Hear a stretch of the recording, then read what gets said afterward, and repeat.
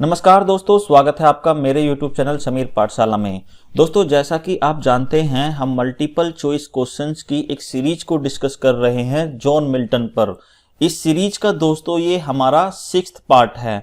शुरू करने से पहले दोस्तों मैं आपको बताना चाहता हूं कि हम लोग लिटरेचर और ग्रामर का बैच रन कर रहे हैं टीजीटी, पीजीटी और एलटी ग्रेड के लिए।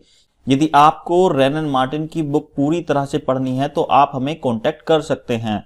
दोस्तों, लिटरेचर में हम टीजीटी, पीजीटी और एलटी ग्रेड के नोट्स प्रोवाइड करते हैं। रेन एंड मार्टिन का बैच अभी चला हुआ है। ग्रामर के नोट्स भी हम प्रोवाइड करते हैं। यदि आपको दोस्तों किसी भी चीज की जरूरत है तो आप हमें इस नंबर पर कांटेक्ट कर सकते हैं। शुरू करते हैं दोस्तों आज की हमारी वीडियो। सबसे पहला क्वेश्चन है दोस्तों आपके सामने, which of the following works is not written by John Milton? कौन सा ऐसा वर्क है जो जॉन मिल्टन के द्वारा इन चारों में से नहीं लिखा गया है? तो आपको इसका दोस्तों करेक्ट आंसर देना है कि कौन सा वर्क जॉन मिल्टन के द्वारा नहीं लिखा गया है। एक और चीज दोस्तों मैं बता देता हूं, जब हम क्वेश्चन को पढ़ते हैं तो कभी कभी हम इस नोट को इग्नोर कर देते हैं, तो आपको ऐसा नहीं करना है। यदि क्वेश्चन में नोट दिया गया है, वो नोट दिया ही इसलिए जाता है कि स्टूडेंट कंफ्यूज हो सकें। तो आपके सामने 4 ऑप्शन है, ऑफ एजुकेशन, एरियोपेजिटिका, एल्मा और the progress of the mind और ऑन शेक्सपियर। ठीक है, ये चारों आपके सामने ऑप्शन है। ये जो आया था दोस्तों क्वेश्चन, ये आया था आपका टीजीटी 2016 में ये क्वेश्चन दोस्तों आया था। ठीक है, तो इसमें से करेक्ट आंसर है दोस्तों आपका सी जो लिखा गया है वो मैथ्यू प्रायर के द्वारा लिखा गया है। और कब लिखा गया था दोस्तों? 1718 में।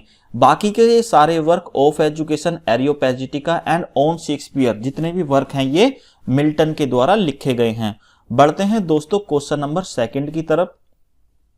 विच of the following poems is not composed bye John Milton? फिर से आपके दोस्तों सामने 4 ऑप्शन है। आपको ये बताना है कि कौन सी पोएम जॉन मिल्टन के द्वारा नहीं लिखी गई है।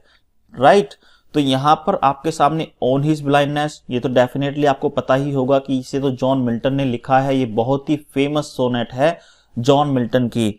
दूसरा है दोस्तों लेलेग्रो, तीसरा है ऑन शेक्सपियर और चौथा है ट्रू लव।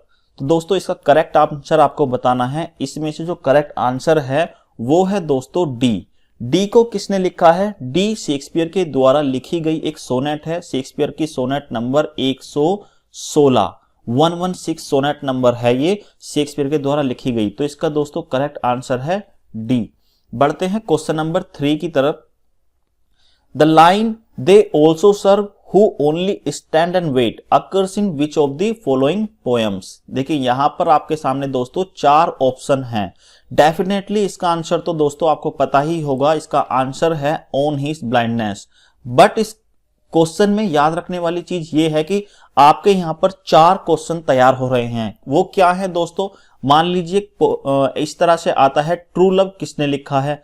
ये लिखा है शेक्सपियर ने। इसका जोनर क्या है? ये सोनेट है। सोनेट नंबर कौन सी है? 116 है। ठीक है, ऑन हिज ब्लाइंडनेस किसने लिखी है? जो इसका करेक्ट आंसर है मिल्टन ने लिखी है। डैफोडिल्स किसने लिखी है? विलियम वर्ड्सवर्थ ने लिखी है, जो एक रोमांटिक पोएट है। इसका दूसरा टाइटल है I wonder lonely as a cloud. इसका डी है दोस्तों ode on a Grecian urn by Keats. ये जॉन कीट्स भी एक रोमांटिक पोएट है और आपको यहां पर इसका जोनर दिख ही रहा है दोस्तों, ये एक ओड है, odd on a Grecian earn. ये बहुत ही फेमस वर्क है जॉन कीट्स का। तो दोस्तों इस आंसर जो है, इस क्वेश्चन का करेक्ट आंसर जो है वो बी है, ऑन हिज ब्लाइंडनेस। बढ़ते हैं दोस्तों क्वेश्चन नंबर 4 की तरफ। Who is called as the poetical son of Spenser?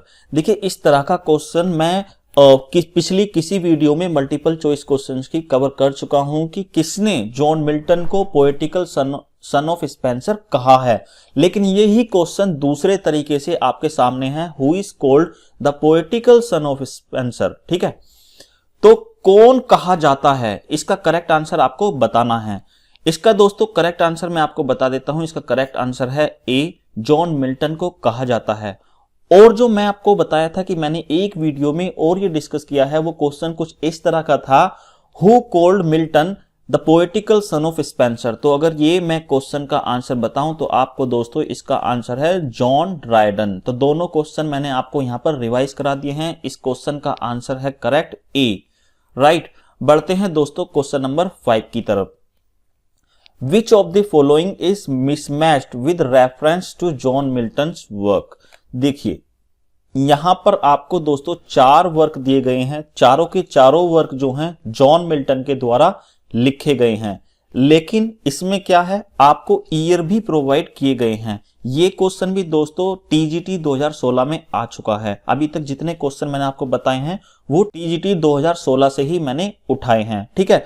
तो आप ये बात ध्यान रखना कि जो भी क्वेश्चंस मैं ज्यादातर लेता हूं वो प्रीवियस ईयर के जो क्वेश्चंस हैं उन्हीं से उठाता हूं, या फिर जो मुझे लगता है कि क्वेश्चन ये एग्जाम में आ सकता है मैं उसी तरह के क्वेश्चंस आप लोगों के लिए लेकर आता हूं। तो दोस्तों यहां पर आपको क्या देखना है, चारों वर्क जो है वो मिल्टन ने लिखे हैं, लेकिन यहां पर ईयर देखना है 1664, 1647, 1637 और 1667। तो ये 4 डेट्स हैं, कौन सा वर्क जो है वो मिसमैच है वो आपको देखना है। तो ऑफ एजुकेशन जो आया था दोस्तों 1644 में आया था, this is the correct one. And the second one Areopagitica, Areopagitica भी दोस्तों कब आया था, 1644 में ही आया था। 1644 में एरियोपैजिटिका बाय मिल्टन भी आया था, ठीक है। लैसिडस 1637 में करेक्ट है, ये एक पास्टरल एलेजी है, और 1667 में आपकी पैराडाइज लोस्ट आई थी। आई होप दोस्तों ये भी आपको क्लियर है, इसका बी करेक्ट आंसर है।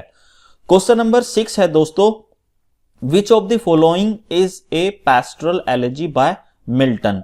मैं आपको इसका करेक्ट आंसर शायद पिछली वीडियो में ही बता चुका हूं। लैसिडस जो है दोस्तों 1637 में जो आई है वो क्या है, एक पास्टरल एलेजी है जो जॉन मिल्टन ने लिखी थी अपने फ्रेंड की यादों में।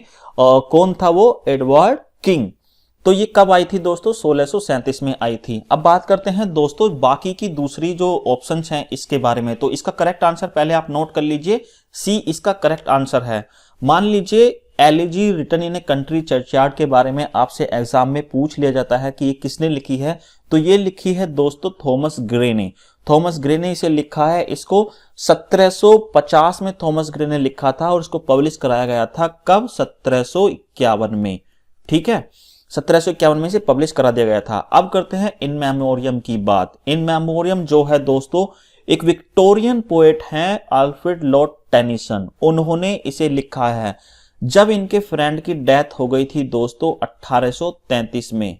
और एक चीज मैं बता देता हूं दोस्तों कि ये क्वेश्चन इन मेमोरियम से लेके इनके दोस्त की किसकी डेथ हुई थी 1833 में, पहले ये बताता हूं मैं आपको। उनका नाम है आर्थर हेनरी हेलम। तो पीजीटी में एक बार इस तरह से क्वेश्चन आया था कि टेनिसन के फ्रेंड जो हैं वो आर्थर हेनरी हेलम है, इनकी डेथ कहां पर हुई थी उसका प्लेस पूछ लिया गया था। तो एग्जामिनर के दिमाग का कुछ पता नहीं है, वो कुछ भी पूछ सकता है, इसलिए हमें डीप नॉलेज होनी चाहिए। तो वो उनकी डेथ हुई थी वियना में। तो इन मेमोरियम कब लिखना स्टार्ट किया था टेनिसन ने, 1833 में जब इनकी डेथ हुई थी, और 1849 में इसको दोस्तों इन्होंने कंप्लीट कर लिया था और 1850 में कराया गया था इसे पब्लिश्ड, ठीक है। आई होप ये सारी चीजें आपको समझ में आ रही हैं। लिसिडस जो कि इसका करेक्ट आंसर है इस क्वेश्चन का, ये है दोस्तों 1637 में, ये भी एक पास्टरल एलेजी है, इसको लिखा था जॉन मिल्टन ने एडवर्ड किंग के लिए। ड्यूनो एलेजी, ये है दोस्तों एक कलेक्शन, 10 एलेजीज का एक कलेक्शन है जो लिखा था दोस्तों रेनर मारिया रेलका ने, ये इसे लिखा था। तो इसका करेक्ट आंसर जो है दोस्तों वो सी है। बढ़ते हैं क्वेश्चन नंबर 7 की तरफ। क्वेश्चन नंबर 7 है, who appointed Milton on the post of Latin secretary. ये किसकी सरकार में इन्हें अपॉइंट किया गया था दोस्तों। जो मिल्टन थे, जॉन मिल्टन थे, वो क्या थे, प्यूरिटन थे। तो वो कभी भी मोनार्की को सपोर्ट नहीं करते थे। तो उन्होंने जब क्रूमवेल थे पावर में तो इनके साथ ही वो थे, तो क्रूमवेल ने इन्हें अपॉइंट किया था लेटिन सेक्रेटरी के लिए। चार्ल्स वन तो 1649 में ही दोस्तों मार दिए गए थे, और चार्ल्स सेकंड जो थे वो 1660 में जब रेस्टोरेशन हुआ था उस टाइम पे ये आए थे। तो क्रूमवेल जो है इसका करेक्ट आंसर है। क्रूमवेल की डेथ अगर आती है दोस्तों तो आपको बताना है 1658 में क्रूमवेल की डेथ हो गई थी। तो अगले 2 साल तक इंग्लैंड में किसी का भी राज नहीं था। तो रेस्टोरेशन हुआ था उस टाइम पे चार्ल्स सेकंड आए थे। इसका करेक्ट आंसर जो है दोस्तों वो ए है। क्वेश्चन नंबर 8 है, the spirit of lord is upon me, whose line is this. ये लाइन किसकी है, किसने ये कहा है कि भगवान की स्पिरिट जो है वो मेरे साथ है, मेरे ऊपर है? शैले ने, एस.टी. कोलरिज ने, वर्ड्सवर्थ ने या फिर मिल्टन ने? दोस्तों इस स्टेटमेंट को दिया है जॉन मिल्टन ने। डी इसका करेक्ट आंसर है। बढ़ते हैं क्वेश्चन नंबर 9 की तरफ। Who said Milton was on the devil's party without knowing it?